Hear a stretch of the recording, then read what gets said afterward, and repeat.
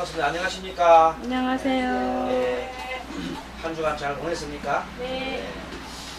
오늘은 현대심리학 공부 제5번째 강의 시간입니다. 자, 우리 불교 공부의 연장선상에서 하는 거니까 또 함께 합장하시고 다 같이 상기를 보시도록 하겠습니다. 자, 비불량족존 비법역존 비성중등존.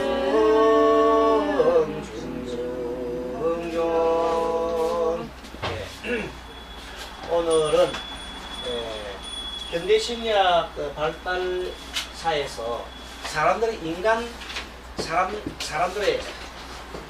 일상이야, 일생. 자, 여자 일생 하듯이 어떤 인간들의 일생에 대해서 발달한 그 심리에 대해서, 그러니까 자, 크게 봐서 우리 5가지 심리 구분을 할 수 있습니다. 자, 첫째는 유전과 환경에서 보면서 사람의 심리는 태어날 때부터 심리가 이렇게 주어지는 경우가 있고요. 그 다음에 자라면서 환경 따라서 이렇게 또 성격이 이렇게 변하는 수가 있습니다. 그래서 태어날 때 사람이 주어졌던 성격을 천성이라고 하죠. 네, 천성. 뭐 천성은 안 바뀐다는 말이 있는데, 사실 천성은 바뀌기는 힘들지만 안 바뀌는 건 아닙니다. 그렇게 그 천성을 바꾸려 하면 어느 정도 공부를 해야 돼요? 많은 공부해야 되죠? 네, 죽기 살기 공부해야 됩니다. 죽기 살기도 해야 돼. 근데 사람들이 죽기 살기 공부를 해도 또 가만히 놔주면 어떻게 됩니까? 다시 복원되잖아요. 복원. 네, 그런 게 있습니다. 그거는 예전에 제가 어떤 단체 공부를 한 적이 있습니다. 스님 되기 전에 단체 공부하기 전에 그 단체 들어가면 사람을 완전하게 평상시 가지고 있던 마음 있잖아요. 그 마음을 완전히 뒤바뀌어 놓는 그런 프로그램이 있어요. 그런 프로그램이 있는데 뭔가 하면, 쉽게 말하면 처음에 들어가면 사람들이 누구나가 뭐가지 있습니까? 마음속에 무슨 번뇌라든지 아니면은 고통스러운 심지어는 막 좀 슬픈 내용 있잖아요. 그런 등 많지요. 인간사에 그런 내용을 다 적게 합니다. 이렇게 카드를 줘가지고 다 적게 합니다. 그래가지고 예를 들어서 거기에 들어간 사람이 한 100명 같은 100명들이 다 적어요.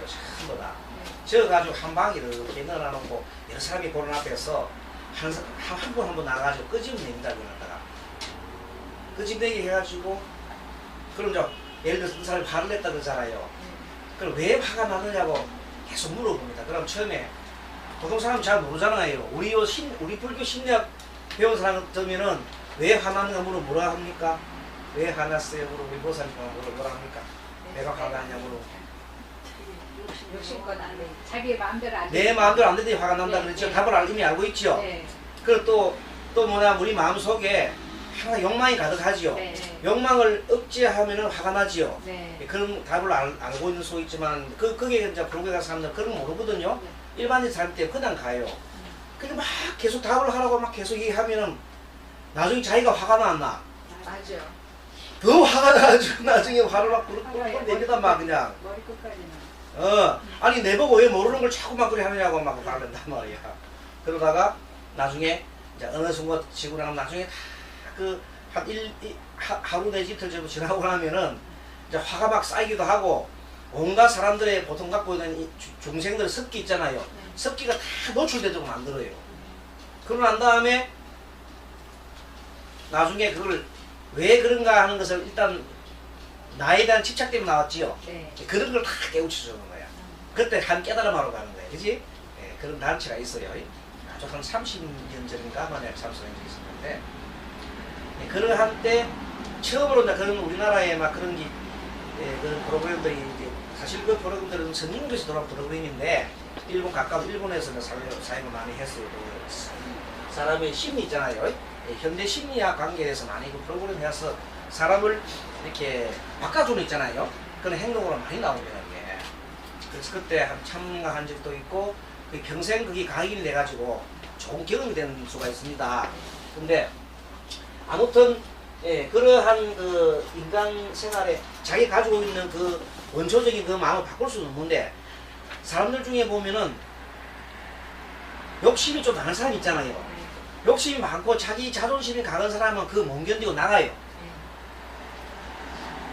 그걸 못 견디고 그 프로그램을 못 바치고 나가는 사람이 있습니다. 그건 아웃이죠. 아웃이. 그런데 또 어떤 사람은 나가다가도 돈이 아까워서 또 안 나가고 버티고 끝까지 나가겠다고 들어오는 사람도 있고 막 그렇게 이런 사람이 다 있는데 아무튼 우리가 사람의 이 마음이라는 것은 일정해요. 마음은 변해요. 마음은 항상 변합니다. 그럼 마음이 일어나는 과정이 어떻게 일어나느냐 하면은 우리가 갖고 있는 6가지 감각기관을 가지고 그쵸? 또 6가지 대상을 보면 마음이 일어나지요. 그런데 일어나는 그 마음의 근저에는 뭐가 있습니까? 항상 나라고 하는 것이 들어있죠. 에고. 그 에고가 날로 하여금 자꾸만 나를 이렇게 나를 갖다가 일어나는 마음을 욕심을 일어나기도 하고 막 내 새끼 내 것 하고 자기 집착하는 그런 마음이 일어나게 하잖아요. 그래 그 마음을 일어나는 그 마음을 내가 들여다보고 누구나 있는 그런 마음 들여다보고 그 마음을 이제 에서 해방되는 그 마음으로부터 해방되는 그것을 보기 위해서는 공부를 하고 있습니다만은 서양에서도 그 유사한 그런 걸 이렇게 나름대로 자기 마음이 어떤가에 대해서 나름대로 이렇게 보는 걸 관점이 있는데 자 일단은 우리 마음은 타고난 유전이 있죠. 유전과 이제 유전은 하나의 인자 인. 자 아버지가 공부를 많이 한 사람 어머니가 자기 어머니가 아주 마음 수행을 많이 한 사람 같으면 자식이 어떤 자식이 나올까요? 도련변이 나와요? 아니면 비슷하게 나와요? 비슷하게 나와요. 그래서 그걸 보고 우리가 부전자전 말 하지요? 네, 부전자전 그런 말 합니다. 아버지를 닮아서 아이가 나온단 말이야. 자, 요런 날도 있고, 태어나면서부터 있고, 두 번째는 뭔가 하면 환경에 따라서 바뀌지요. 자, 어떤 아이가 아버지가 맨날 아이 보고 두드리 패는 아이한테 잘못하면 어떻게 돼요? 커서 걔가 똑같이 되지요. 나는 막 죽어도 나는 아버지처럼 안 되겠다 맹세해도 소용이 없어. 다 닮아가. 저는 아버지가 맨날 술 마시고 술 타령하는 아버지는 그 밑에 아들들이 술 타령하는 아들이 나온다고. 희한하게. 그렇죠? 그거 우리 경험에서 하자. 그것이 보고 다 환경의 법칙이죠. 그래서 우리는 유전인자와 환경을 따라가지고 사람의 마음도 따라간다는 것을 알 수 있습니다. 물론 그게 돌연변이 같은 게 있긴 있지만은 그래도 그건 아주 귀한 것이고 대개는 보면 부모 그래서 이제 아이들 잘 키우려면 부모가 싸워야 돼 말아야 돼. 가급적이면 싸우면 안 돼요. 특히 아이들 앞에서 싸우면 안 돼요. 그리고 설령 아버지가 이제 아이를 뭘 한단 말입니다. 아버지가 아이를 보고 야 왜 그래 뭘 할 때 그 옆에 있는 어머니는 모순 본능이 있죠. 그래가지고 애 뭐라 하면 막 놀라 눈이 동그래가지고 막 왜 그래요 하면서 막 이렇게 하잖아요. 그게 나쁜 겁니다. 알겠습니까?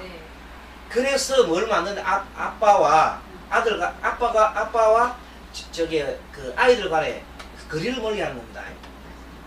아빠가 물론 뭐 술 먹고 때려 패버리지 않고 예를 들어서 불육 차원에서 하는 것들은 가만히 지켜봐야 됩니다. 근데 그걸 모르고 막 그냥 놀래가지고 막 하면 안 돼요. 그럼 애가 나중에는 계속 엄마한테 고자질 사람이다. 아빠가 이러더라고 말이지. 그런 것은 안 된다. 자, 아무튼 유아 시기는 보면은 유아 시기는 애들이 이제 정신이 아직 발달 안 했죠. 그러면 여러분들 이렇습니다. 이 우주에 보면요, 우주에 보면 의식 창고가 있어요. 의식 창고. 이 엄청난 의식 창고가 있는데 여기 보면 우리 사람이 태어났지요. 태어나면 끊임없이 여기서부터 우주 창고서부터 요거는 개인 창고입니다. 개인 의식 창고예요. 이 창고로 끊임없이 뭘 전해주면 계속 전파를 쏴줍니다. 태어날 때부터 그런 엄청난 전자파를 갖고 나오는 게 아니고 계속 이렇게 전파를 쏴준단 말이야. 그러니까 어릴 때 애는 지능이 없다가도 크면 갈수록 자꾸만 이게 쌓이지요. 그래서 경험도 쌓고 하면서 계속 이렇게 의식이 이렇게 늘은 성장해 가는 거예요. 자, 그 과정을 한번 설명해 보겠습니다. 교재에 보면은 41조 유전과 환경, 부모의 유전자를 물려받은 자식은 얼굴 모습이나 신체 모습 또는 성격도 닮은 수가 많지요. 모습도 닮지만 성격도 많이 닮아요. 이걸 보고 개구리 새끼는 개구리다 이렇게 얘기하는 거예요.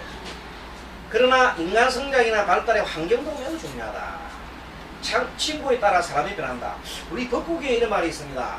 부처님이 하루는 길을 걸어가다가 제자들에게 이렇게 저 땅에 떨어져 있는 저 종이가 무슨 종이냐 물었더니 딱 들어보고 난 다음에 이것은 향을 산 종입니다.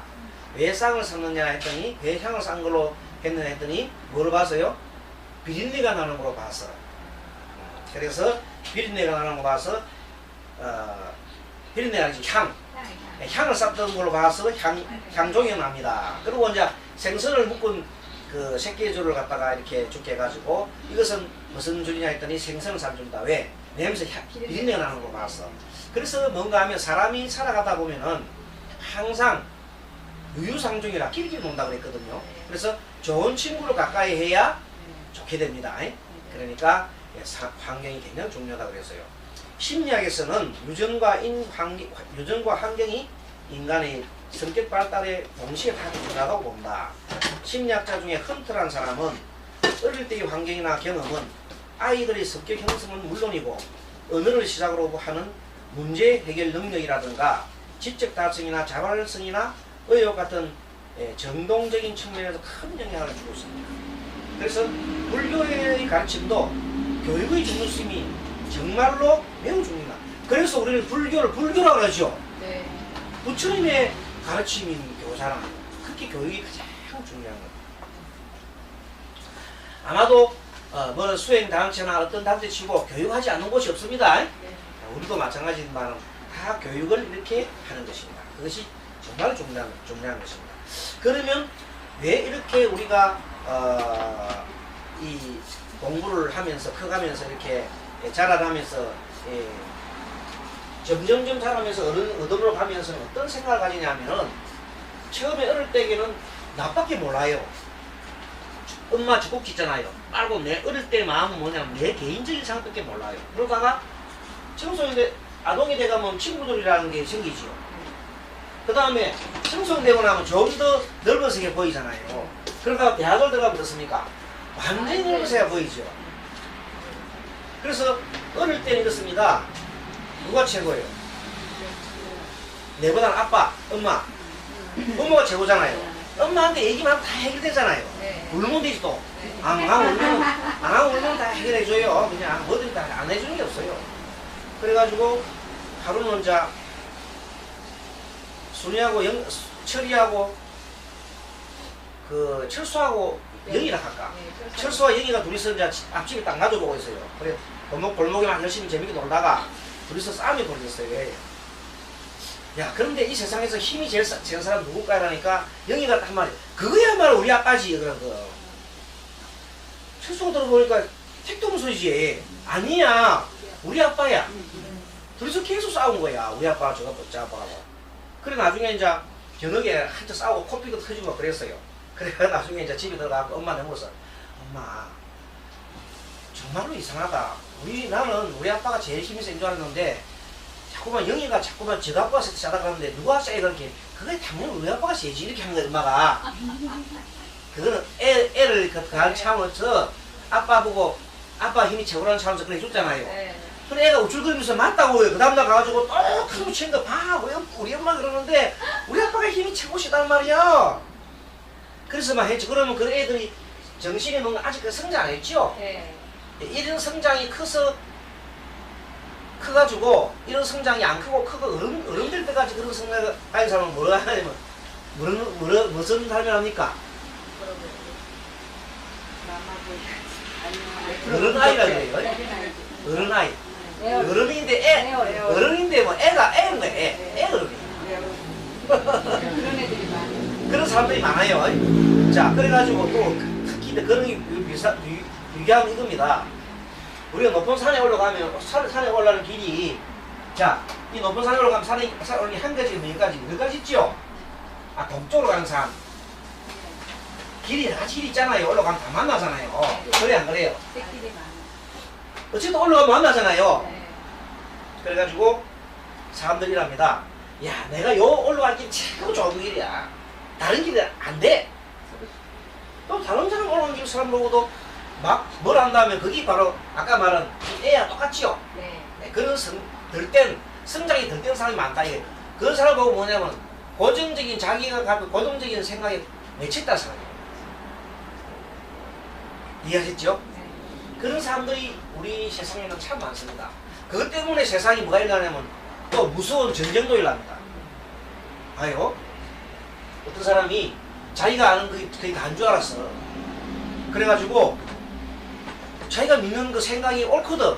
그게 다 다인 줄 알았는데 그거 말고도 다른 길이 무수히 많이 있는데도 오직 그 길만 채운 줄 알았는 거야.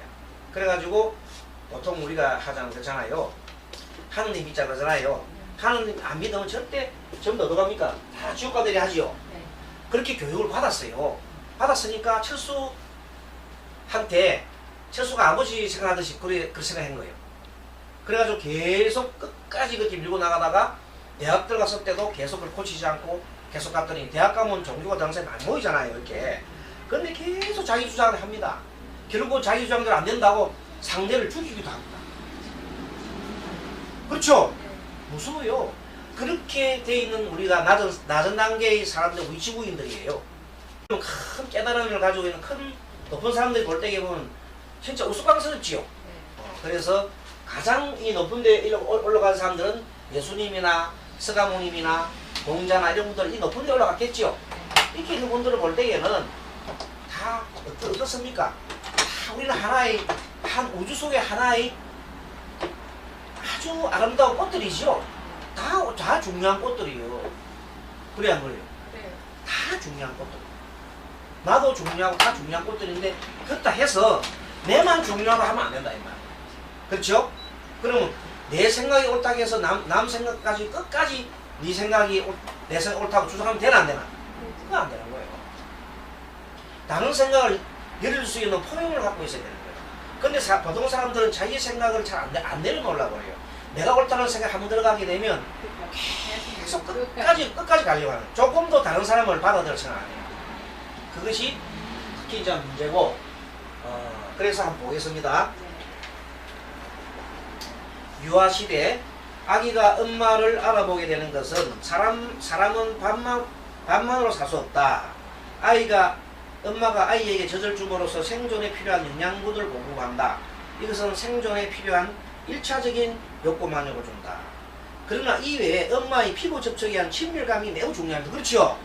뭐 밥만 주가 해결됩니까? 이렇게 만지면서 저 꼭지도 만져보고 엄마가 안아주고 이런 걸 느낍니다. 엄마가 울면 젖을 준다. 모성애지요. 엄마도 아이와 모유를 먹이는 동안 아이에 대해서 모성애가 더욱 커집니다. 그러니까 엄마가 애기를 젖을 먹이지 않고 키우는 애하고 차이 나지요. 네, 맞아요. 그러니까 직장생활만 하는 어머니하고 늘 애들 키우는 사람하고는 그 모자지간의 정이 차이 나겠지요. 네, 그렇습니다. 그래서 아이도 엄마와 피부로 접촉함으로써 아기가 편해진다.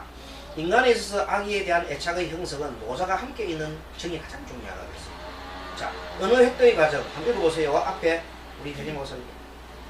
언어 획득 과정.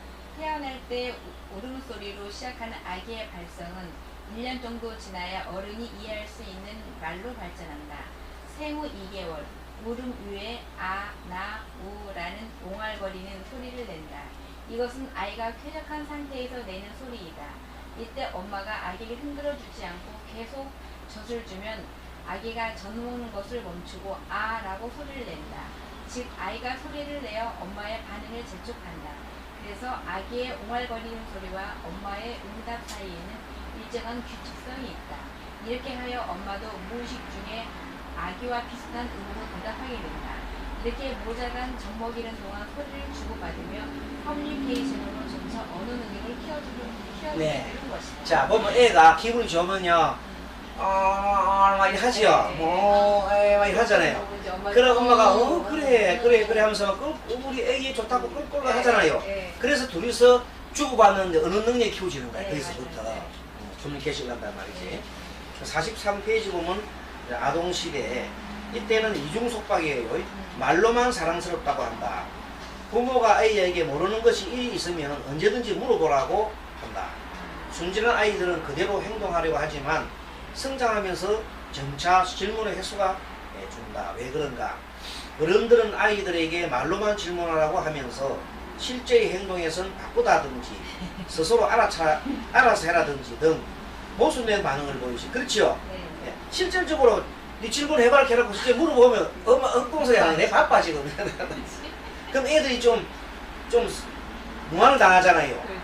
이러한 상황이 몇 차례 반복되면은 아이들은 점차 어른들이 보시면 하는 거라. 저거는 어른들은 말이야 할 때는 그래 안 맞고 실제 하면 안 돼. 그렇게 믿을 인간이 뭔데 이렇게 속으로 말하세요. 부모에 대한 불신이 생기죠. 그리고 부모에 대한 가장 큰 불신이 뭔가 이겁니다. 여러분들 혹시 그런지 맞아요. 세뱃돈 맞지요? 세뱃돈 보면 애들 처음 다 뺏어가는 게 엄마가. 니 지금 뭐 해봐야 내가 지금 해줄게 뭐 많이 줄게 2배로 준다 해놔놓고 다 가다가 아무도 안 주는 거예요. 그런 애들이 이제 커서 나중에 이제 그걸 생각해보면은 부모에 대한 믿음이 깨졌죠? 네, 그러면 안 된단 말이에요. 어릴 때부터 세뱃돈 관리를 애들이 하도록 해줘야 됩니다. 그렇게 해주면 좋습니다. 의리강 심리. 갖고 싶은 거 사줄 때까지 보채는 심리. 보통 애들이 어릴 때 보통 막 땅을 치고 막 하면서 그 가게 앞에 특히 장난감 있잖아. 이런 데 보면 막 난다고 막 띵깡나고 울고 불고 막 쓰러지가 울지요. 막 큰 소리로. 그럼 대개는 보면 엄마가 귀찮아서 알았다가 사주잖아요. 근데 그거를 갖다가 계속 해주면 안 된대. 그러면 걔는 어떠냐면 이 울기만 하면 되는구나 해가지고 애가 어릴 때부터 계속 그렇게 하면 안 된대. 응석 부리면 심리하는. 그 아이 내면에는 부모가 자기 마음을 알아주지 않는 안타까움과 노여움 때문에 울면서 호소하는 것이다. 이런 행동은 엄마가 자기의 마음을 알아준다, 사줄 것이다는 감각을 가지고 있기 때문이다. 이때 엄마가 아이를 다음번에 사주마하고 달리거나 야단치거나 아니면은 아이가 바라는 대로 장난감을 사주기도 한다. 응석은 아이들이 자기 주장만 말한다. 그렇죠? 네. 이는 아이의 정신이 어느 정도 발달되어 엄마가 자기와는 별개라는 존재를 알게 된 후에 그 엄마에게 집착하는 데서 비롯된다. 처음에는 이 아이들 생각하는 엄마와 자기 하나로 생각해요. 처음에는. 그러다가 조금 커지면은 이제 엄마와 내가 다 객체가 틀리다 알면서 이때는 어떻게 해야 되나 응석을 부려야 된다. 때를 부려야 되는 것을 자기가 생각해내는 거예요. 그 말이에요. 그 다음에 이제 세 번째는 아이들이 크면서 사물 흉내를 잘 냅니다. 보통 보면 애들이 부모 닮아서 뭘 해요? 소꿉장난을 많이 하지요. 니는 엄마 나는 뭐 아빠 해가지고 소꿉장난을 해요. 또 TV에 등장하는 주인공 흉내도 내고 그래 하는데 이것을 관찰학습이라고 해요. 자동적으로 이렇게 해죠. 그래서 어릴 때 정말 부모들이 싸우는 걸 자꾸 보고 나면 애들이 싸우는 게 인생의 전부인 줄 아는 거야. 그렇잖아요. 그러니까 애들 그축이 되는 거지. 따라서 부모가 잘 싸우고 다투면 아이들도 그런 영향을 받아서 흉내내고 그래 됩니다. 그리고 표면적인 행동뿐만 아니라 그 건재에 있는 태도도 배워갑니다. 그러니까 집짓기와 부수기. 아이들은 놀이에서 많은 것을 얻는데 사회성 발달과 정보교환으로 아이들과 놀이를 통해서 다른 사람과의 상호작용에서 얻는 것이 매우 많습니다. 그러니까 애들은 서로가 놀아야 돼요. 그런데 애를 혼자 키우면 어떻게 될까? 안 됩니다. 그래서 우리가 옛날 생각입니다만은 애들은 여러 형제가 여러 명이 좋아요. 그래서 막 자기들 그 사이끼리에 뭐 위계질 수도 있고 힘센 놈한테 두드려 맞기도 하고 그런 식으로 위계질 수도 있고 막 그렇게 해야 되는데 지금 우리 한 명만 나오니까 전부 다 문제가 돼요. 군대 가면 다 문제 알아. 정말로 문제 아닌 아들이 별로 없어. 다 문제 알아. 지금 그게 우리나라의 큰 문제예요. 그러나 오늘날 우리나라 아이들도 과다한 학습 때문에 친구들과 놀 시간도 놀 공간도 부족하도 그래서 TV를 보거나 홀로 컴퓨터 게임 등 집안에서 하는 놀이가 전부이다. 홀로 콕콕 얼어가지고 집짓기와 부수기를 반복하기도 한다. 이런 경우로 성장을 하여서 외톨이 인간형으로 되기 쉽다. 외톨이 인간형이 되기 쉽다. CM송을 잘 부르는 아이들, 어른들에 비해 아이들은 CM송을 잘 따라 부른다. 즉 아이들은 그것을 재미있어 하면서 따라 부르기 때문에 쉽게 기억을 하게 된다. 그렇죠? 네. 보통 애들한테는 제일 좋은 게 뭐냐니까 영어도 보면은 뭐 A, B, C, D, E, F, G 하고 막 노래를 불러주면 금방 따라 부르잖아요. 네. 나도 어릴 때 그 CM송 들은 걸로 가지고 영어가 기억이 되더라고요. 그렇죠? 지금 내가 생각해봐도 옛날에 보면 뭐 고무줄 뛰기 하면서 네. 남자들은 고무줄 뛰기 안 하잖아요. 네. 우리는 주로 고무줄을 끊어오는 걸 잘했어요. 애들 여자애들 놀면은 고무줄 막 칼로 막 끊어오는 걸 재밌게 막 했는데 따라서 이를 활용하며 아이들이 공부를 재미있고 즐거워할 수 있도록 유도하는 것이 필요하다. 자, 청소년기 되면은 드디어 이제 반항기. 그렇죠? 사춘기는 반항하면서 어른이 되는 겁니다. 네. 반항하면서 어른이 되는 거예요. 사춘기는 아이들이 어른으로 가는 과정입니다. 그러니까 사춘기 되면 애들이 처음 보는 남자아이들이 쇠임이 남자예요. 쇠임이. 조그만 밑으로 조금 내려 나옵니다. 그죠? 나오고 또 여자아이들은 또 그 첫 경험을 하고 막 이렇게 되기 시작하죠. 자, 그렇게 해서 자주적인 판단, 신체적 성숙, 사회적인 상식이나 협조. 그래서 사춘기 시절의 특징은 뭔가 하면 독립심이 강해집니다. 그리고 어쩐지 아버지 엄마가 조금은 적어 보여요. 옛날에는 아버지 엄마가 절대적이잖아요. 그러니까 사춘기 때 오면 아버지 엄마가 약간 좀 이렇게 적어 보인다고. 그러면서 조금 이제 아버지 엄마가 공부를 보냈으면은 좀 저 공부 내보다 모르는 게 이상하고 막. 그렇게 그게 덜 때는 성숙에 덜 때는 애들이죠. 네. 완전히 큰 사람들 그렇지 는 않은데 그 시점에는 그런 애들이 그렇게 한다고. 그러면서 지나가면서 아버지 보고 키를 한번 마셔보기도 하고. 애들 온다 이거지. 알겠습니까? 그러한 경험을 갖고 있다. 자, 그 다음에 이 시기에 부모의 약점이나 결점이 눈에 들어오고 부모에 대한 이미지가 변하기 시작한다. 이때는 부모나 선생님의 지시나 주의 등을 받으면 간섭받는 것으로 싫어합니다. 네. 인상 빡빡 써버립니다. 감정적인 반발이 일어나기 쉽다. 그리고 이때 어린애 취급하면 더 싫습니다. 맞아요. 그럼 막 자기가 어른이 됐다는 걸 알려주기 위해서 막 온갖 그 큰 소리 치기도 막 그럽니다. 부모에 대한 이와 같은 감정적인 반발은 어린이가 이제 어른으로 돼가는 네. 길목이죠. 네. 과정이다. 46페이지 자아의 발달기 청년기 한 누가 읽어주세요. 예, 우리 정한신이 한번 주세요. 내가 문제 나오고 있어. 내가 문제이다. 청년기가 되면 나는 도대체 무엇인가라는 회의와 갈등에 빠진다. 이 현상은 아이로부터 어른으로, 가족 속의 자기에서 사회 속의 자기로, 우전에서 상대적인 자기로라는 변화에서 새로운 자기를 발견하려고 하지만 갈피를 잡지 못하는 경우가 많다. 에릭슨은 청년기에 해결해야 할 과제가 자기 동일성의 의식을 발달시켜야 한다고 강조했다. 나는 독자성이 있다. 나는 욕구나 동기와 의식의 방식이 합쳐진 존재다. 나는 어제의 나와 내일의 내가 변하지 않을 것이다. 라는 것을 강조한다. 그러나 이것은 이기적인 자신의 존재를 인정하는 것으로 이 의식이 강하게 되면 인간관계에 많은 갈등을 초래할 수 있다. 네. 그래서 보통 보면요. 우리가 뭐 자아의 실현을 하기 위해서 이런 소리만 하지요. 네. 자아의 뭐 실현하면서 막 글도 쓰고 네. 시도 쓰고 네, 네. 정능이 좀 되면 막 그래 합니다. 자아 실현이라고. 그런데 여러분들 우리가 배웠던 우리 불교 관점에서 볼 때 자아의 실현이라고 하는 게 자아라는 것은 없잖아요. 네. 뭐하지요? 네.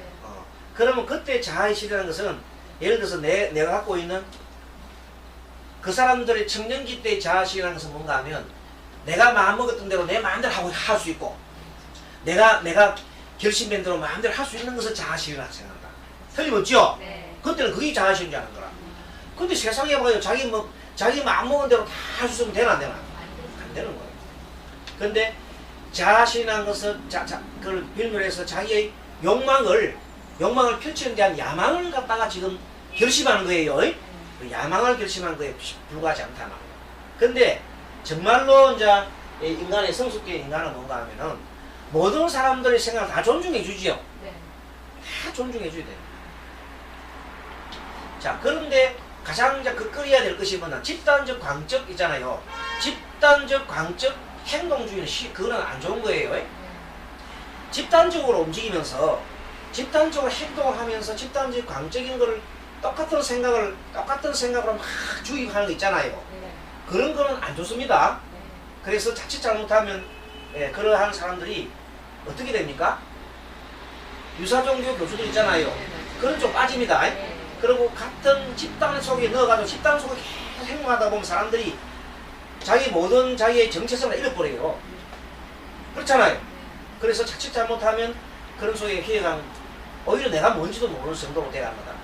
그래서 항상 어디든 큰 집단 속에 들어갈 때에는 그걸 잘해야 됩니다. 판단을. 그리고 항상 뭐를 생각하냐면 공정과 자정을 생각해야 돼요.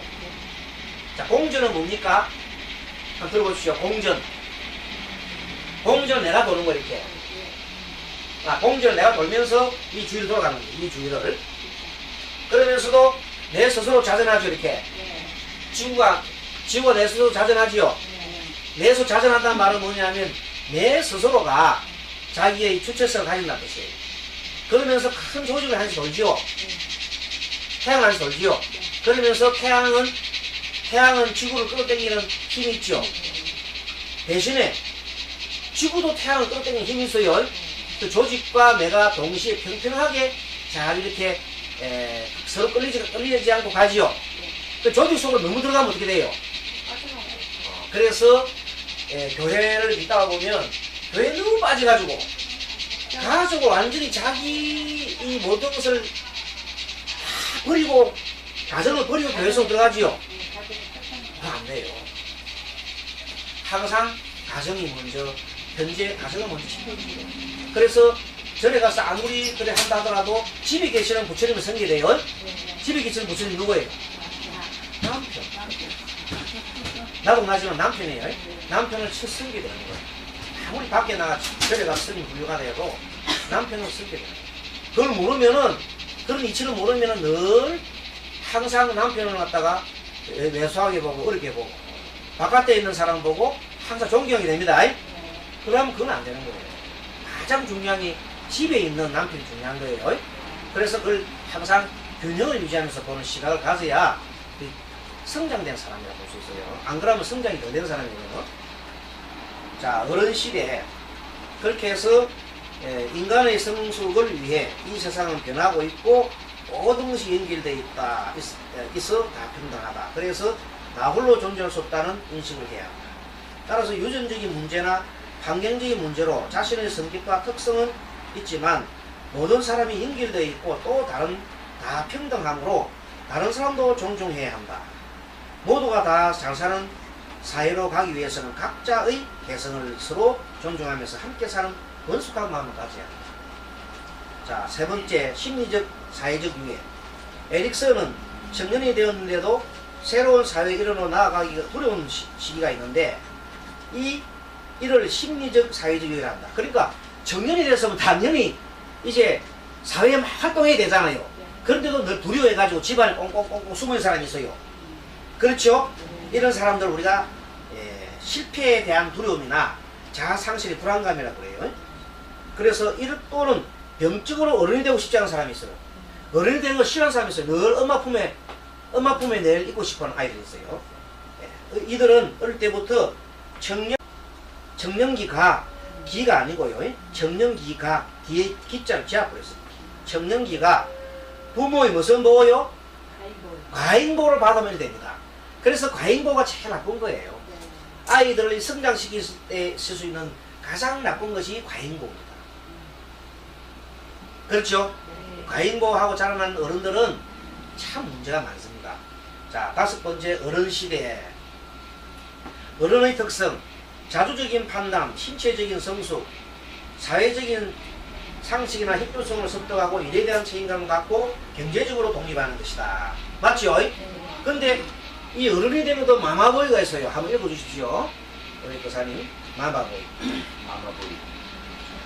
부모에게 크게 의존하는 관계가 됩니다.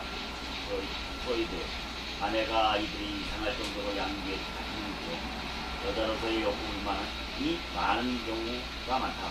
이 욕구불만의 대상 작용으로 한다. 남자에게 일이 전부이다 라고 하여 아내를 돌보지 않는 남편에 대한 여자로서의 욕구불만을 해소하는 수단으로 아이들 교육에 시작한다. 이러한 과정 속에서 길러진 아이들이 바로 마마보이가 되겠습니다. 젊은이가 당내의 진로 결정 등 중요한 일을 엄마에게 의심하고 일상 생활에 필요 이상 부모에게 의존한다. 네, 이 마마보이가 길러지는 그 과정을 보면은 첫째, 그 부인이, 집에 부인이 남편의 사랑을 못 받아요, 진짜. 사랑을 못 받고 관심을 못 받으니까 오직 자식한테 매달리는 거예요. 그렇게 자식이 대리만족이죠. 그래서 그게 자꾸 매달리다 보니까 아이가 나중에는 독립심이 떨어져가지고 나중에는 엄마한테 모든 걸 일임하는 거예요. 원서 쓰는 것도 엄마가 써주지요. 대학 원서는 옛날에 우리가 다 썼잖아요. 지금 아이들은 엄마 보고 써달라고. 엄마, 내가 이거 좀 써달라고. 어디로 가면 되겠나 물어보고. 엄마, 나 어디 지원하면 되겠나 물어보고. 엄마가 심지어는 장가갈 때 택시 가면 어떻게 하면 구하면 되겠나 다 물어봅니다. 골치 아프지요? 네. 자, 그렇게 지금 길러지는 아이들이 너무 많더라. 욕심 많은 부모의 양육방법. 자, 보수사상의 부모 양육, 옛날 보수사상의 부모 양육법은 이렇게 합니다. 아이들의 영성을 받아주면 안 돼. 음악이 켜야지 해. 그래서 가만 놔두면 애들 제멋대로 자란단 말이야. 해서 어떻게 합니까? 애들 잡지요. 그렇게 키우면 요즘 애들 번나갑니다. 네. 또 반대로 모든 영성을 다 받아주는 부모이랍니다. 생각이. 사랑을 한 만큼 아이들이 영성을 받아줍니다. 아이야 기본적인 신뢰 영성을 왜? 그러나 이 두 가지가 다 되면 안 됩니다. 위 태도는 부모를 중심으로 양육자나 사고방식과 행동방식이 됩니다. 아이들 위주로 하는 게 아니라 자기 위주죠. 아이들은 가만히 응석대로 놔주면 안 된다. 해서 뚜들 잡아야 된다는 지 생각이죠. 그 다음에 또 모든 아이들한테 사랑으로 다 대해줘야 된다. 이것도 부모 생각이죠. 근데 정말로 진정으로 아이들을 위해서 생각하느냐 이거예요. 자, 부모의 양육 태도와 아이들의 인간 형성 간의 일반적인 경향. 요거는 우리 보명아님이 읽어주십시오. 네. 예, 부모의 사랑과 너그러움을 아이들과 사교성과 협력성을 키운다. 이 부모가 자식을 극단적으로 미워하며 자식의 지능 발달이나 인격 형성에 장애를 준다. 참 엄격한 관대함에서는 제각기 철저한 수준이 있어서 양자의 분명이 필요하다. 다 아이들에게 엄한 체벌이나 물질적 부수라는 권력 행사적 억제보다 칭찬하는 애정 지향적 교육이 바람직하다. 네. 그래서 아이를 잘 키우는 방법은 이런 것들은 여러분들 우리 불교 생활 상담사들이 가지고 계시다가 다른 젊은 분들이 이런 분들한테 이렇게 알려주면 되겠죠. 보면은 부모 양육을 잘 하려면 어떻게 하면 되냐면 1번 부모의 사랑과 너그러움은 아이들의 사교성과 도움을 키운단 말이에요. 이렇게 부모가 너무 이렇게 사랑한 데서 모든 걸 간섭하는 게 아니라 좀 너그럽게 이렇게 한 발 물러서 가지고 이렇게 보는 태도도 필요한다는 뜻입니다. 그 다음에 부모가 자식을 극단적으로 미우면 안 되겠죠. 그러면 자식의 지능 발달에 장애가 있습니다. 그리고 인격 형성에 장애를 줍니다. 그렇게 어느 애들이 눈치만 보고 말이지. 특히 그 편목 서라에 참 애들이 좀 잘 안 된다 그러죠. 네, 그런 그 장애가 있습니다. 세 번째, 엄격함하고 관대하면은 적절한 수준이 있죠. 그 애를 너무 오냐오냐 해도 안 되고, 그래서 너무 엄격해도 안 되고, 잘 조정을 잘 해가지고 적절하게 양자 균형을 갖춰야 됩니다. 그런데 가급적이면 애들을 갖다가 때리는 것으로 하면 안 됩니다. 체벌, 엄한 체벌이나 또는 아니면 잘하면 자꾸만 돈 주고 말이지 물질적으로 주고 이렇게 하는 것도 좀 좋지가 않습니다. 어느 정도는 이게 칭찬하면서 애를 좋다고 머리 쓰다만 주고 이렇게 사랑으로 이렇게 해주는 게 좋다고 합니다. 자, 오늘은 현대 심리학과 이 과정 중에서 인간 일생의 발달 심리에 대해서 쭉 공부를 했는데 어찌 보면은 이 모든 것들을 지금 공부하는 것이 인간을 이해하기 위한 겁니다. 그러니까 노인들의 심리 어때요? 노인들은 생각이 잘 바뀌어 안 바뀌어요? 안 바뀌어요. 안 바뀝니다. 그래서 넘어가게 예, 그래서 노인들한테 우리가 무조건 이렇게 합시다, 저렇게 합시다 하면 안 됩니다. 그럼 대신에 노인들한테는 잘 하겠습니다, 좋게 하겠습니다 이렇게 하는 게 맞습니다.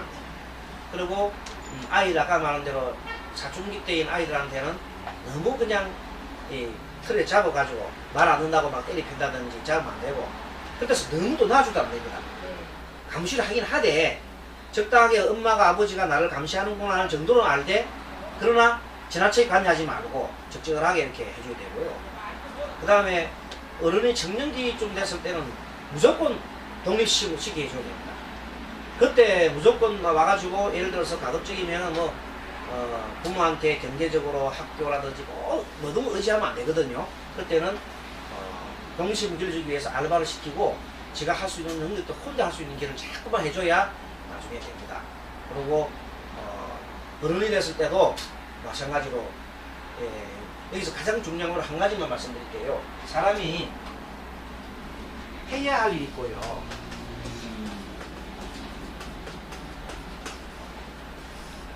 해야 할 일이 있고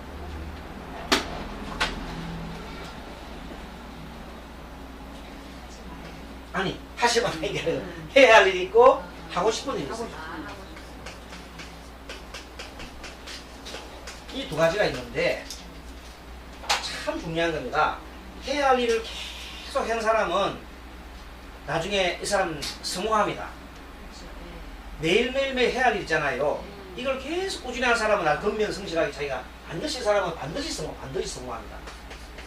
반드시 성공을 하는데 지 하고 싶은 일만 하는 사람은 나고자 됩니다. 무슨 말 하겠습니까? 네, 그걸 알아놔야 돼요. 그래서 훈육하실 때도 아이들한테 그래 너가 하고 싶은 일을 말하기는 않는다. 하지만 네가 할 일을 다 하고 돌아가. 그래서 항상 그렇게 해야 돼요. 근데 보통 이거 모르는 사람들은 네 하고 싶은 거 해라 막 그런 사람 있잖아요. 지 하고 싶은 거 하는 사람들은 큰일 납니다. 조직에도 뭐가 안 됩니다. 요가도 안 됩니다. 그래서 늘 보면 오늘 내가 돌아보고 오늘 내가 할 일이 뭔지 먼저 해야 할 일을 합니다. 그래서 스님도 물론 이걸 잘 지금 하고 하는데 그래도 다 두 가지 다 중요해요. 이것도 해야 할 일이고 저것도 해야 되잖아요. 그러면 그때는 시급한 일을 해야 됩니다. 우선순위적인 됩니다. 오늘 해야 할 일 있잖아요. 급한 일을 해야 되잖아요. 근데 보통 보면은 이제 사람들이 이 해야 할 일을 갖다가 1분, 2분 있을 때 스님 같은 경우에는 좀 이렇게 집중하는 게 버릇이 있어요. 한 개 하나 파고들면 막 계속 들어가 있어요. 그러면 자 옆에서 보면 보이잖아요. 나는 막 그게 지금 예를 들어서 무슨 리포트 그것만 빠져 있잖아요. 근데 옆에 법사님 볼 때 더 급하게 있잖아요. 스님 지금 닭이 물로 안 갑니까? 이렇게 하면 이제 보면 예고를 해야 되는 거야. 그럼 뭐예요? 스님은 예고를 하는 것이 가장 중요하지요. 해야 할 일이잖아요. 그래 예고를 하고 그 다음에 또 일상적인 게 제일 중요하거든요. 그거 하고 나머지 이걸 해야 되는 거야. 어렵긴 어렵다. 사실은 어렵긴 어렵다. 근데 어쨌든 우리는 해야 할 일을 자꾸 하는 사람은 성공하고, 그러면 우리 보통 남자들 있잖아요. 인기 완전히 성장한 사람들, 남자들 해야 할 일은 뭐냐면 뭘 해야 돼요? 남자들은 돈 벌이 와야 돼. 다른 거 없어. 남자는 막 뭐 이유를 막거나 돈 벌이고 와야 돼. 이유가 필요 없어. 내가 뭐 허리 아프다고 필요 없어. 그 변명이나 가스마 지쳐먹고 그 뭡니까? 장애인들도 가서 돈 벌어 살았는데 두 다리 멀쩡하고 있으면 뭐는 시부 다 뭐 100만 원 벌든 50만 원 벌어 와야 돼. 그걸 안 하면 그건 이유 필요 없어. 그렇게 해서 어릴 때부터 교육받은 사람이 같으면은 아이고 내가 그냥 먹어도 안 되겠다. 하루라도 그냥 먹으면 이거는 놀고 먹으면 안 되잖아요. 그러면 그때 뭔가 해야 되는 거라. 차라리 막 휴지를 주어야 되고 어디 나가면 할 일이 좀 많습니까? 돈 벌 일이 많이 있단 말이에요. 예전에 내가 얘기했지만 스님이 한때 잠깐 쉬면서 좀 그만을 해봤어요. 그만해. 해보게 되더라고요. 처음에 나 그거 하면 나 죽는 줄 알았지. 했는데 다 할 수 있더라고. 그때 밑바닥 한번 해봤거든요. 밑바닥을 다 해보니까 아 나도 할 수 있네. 그래서 그래서 사람이 그걸 해볼 수 있어야 돼요. 그래서 어릴 때 알바도 해봐야 됩니다. 아이들은. 맞아요. 그래서 그게 해봐야 돼요. 중요한 겁니다. 그게. 자, 강의 잘 들었습니까? 네. 오늘은 여기까지 하고요. 오늘 한 주도 건강하게 또 재밌는 강의 하겠습니다. 네. 자, 모두 합장하시고 나같이 마하바네와 발전하겠습니다. 마하바네와 발전. 수고했습니다.